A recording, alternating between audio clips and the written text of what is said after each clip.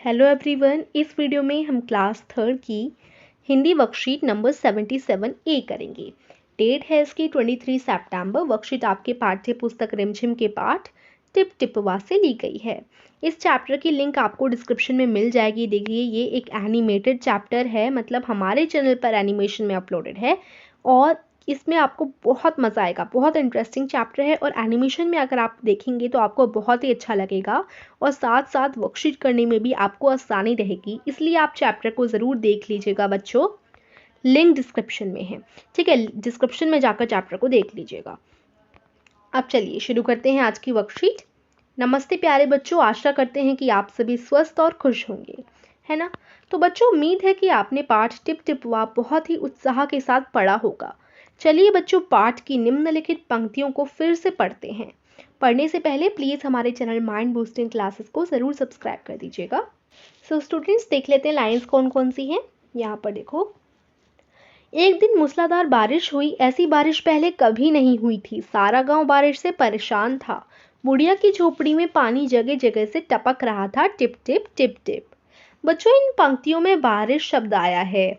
हम बारिश को वर्षा, बरखा या बरसात भी कहते हैं। ये सभी बारिश शब्द के पर्यायवाची हैं। तो पर्यायवाची शब्द आपको पता होंगे क्या होते हैं। फॉर एग्जाम्पल के लिए मैं यहाँ पर बारिश ले लेती हूँ कि बारिश, मैं बोलूँगी बारिश हो रही है। और अगर मैं बोलूँ कि वर्षा हो रही है, तो बात तो एक ही है। चाहे हम वर्षा बोलें या बारिश बोलें, दोनों का अर्थ जो है समान है। तो हम कह सकते हैं कि बारिश का जो है पर्यायवाची शब्द है वर्षा। पर्यायवाची का मतलब होता है एक जैसा, जिसका अर्थ समान हो। तो बारिश का अर्थ वर्षा भी हो सकता है, बरखा भी हो सकता है और बरसात भी हो सकता है, ठीक है। तो ये सारे बारिश शब्द के क्या हैं, पर्यायवाची हैं। तो समान अर्थ बताने वाले शब्दों को पर्यायवाची शब्द कहते हैं। तो जब भी आपसे पूछा जाए कि पर्यायवाची शब्द क्या होते हैं, तो आप बोलेंगे समान अर्थ बताने वाले शब्दों को पर्यायवाची शब्द कहते हैं। तो अब आपका प्रश्न एक है, नीचे गाढ़े रंग से लिखे शब्दों को ध्यान से पढ़िए और उनके सामने दिए गए शब्द समूह में से उस शब्द पर गोला लगाइए जिसका अर्थ सबसे अलग है। जैसे माँ, माता, अम्बा और पिता। तो यहाँ पर सबसे अलग अर्थ है पिता, है ना। माँ, देखो, सबसे माँ को माता भी बोलते हैं और अम्बा भी बोलते हैं, लेकिन माँ को पिता कभी नहीं बोला जा सकता।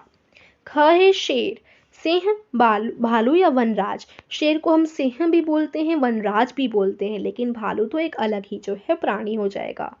ग है सूरज, सूरज, चांद, भानु, दिनकर। सूरज को हम भानु भी बोलते हैं, दिनकर भी बोलते हैं, लेकिन चांद तो नहीं बोल सकते सूरज को।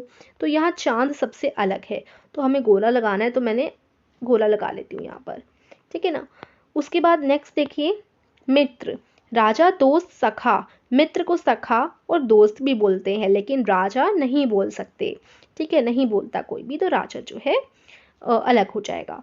उसके बाद दूसरा प्रश्न है बच्चों, नीचे दिए गए चित्र में देखिए, सोहन को बहुत भूख लगी है, लेकिन उसे खाना तभी मिलेगा जब वह खाने तक पहुंचने वाले रास्ते में आए सभी शब्दों के पर्यायवाची शब्द बता पाए।